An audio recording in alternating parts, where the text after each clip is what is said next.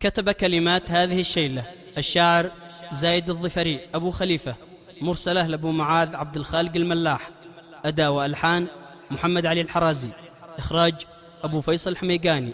للتواصل 730 267 822. زايد محمد في الغربة ذكرت أمي، ذكرتها يوم كل أمدي يشوف أمه، ذكرتها وإن عيني قطرت دمعي، يالله يا ذي رزقت الطير والأمة، يلا تحفظ لي أمي تراها عندي غالي، وتحفظ الناس ذي طيب وذي خمان.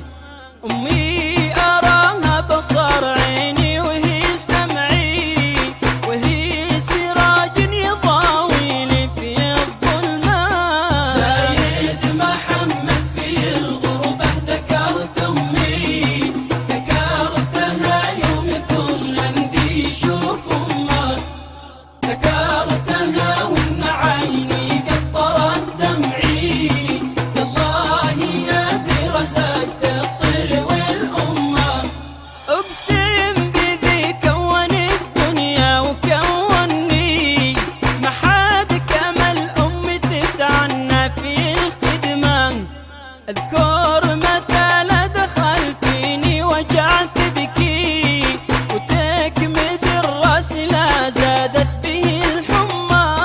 زايد محمد في الغربة ذكرت أمي، ذكرتها يوم كل أمدي يشوف أمه، ذكرتها وإن عيني قطرت دمعي، يالله يا ذي رزقت الطير والأمة. يا ويل ويله ذي باينكر الجملي، وسعيد زوجه تزكن زوجها في أمه. يا ليل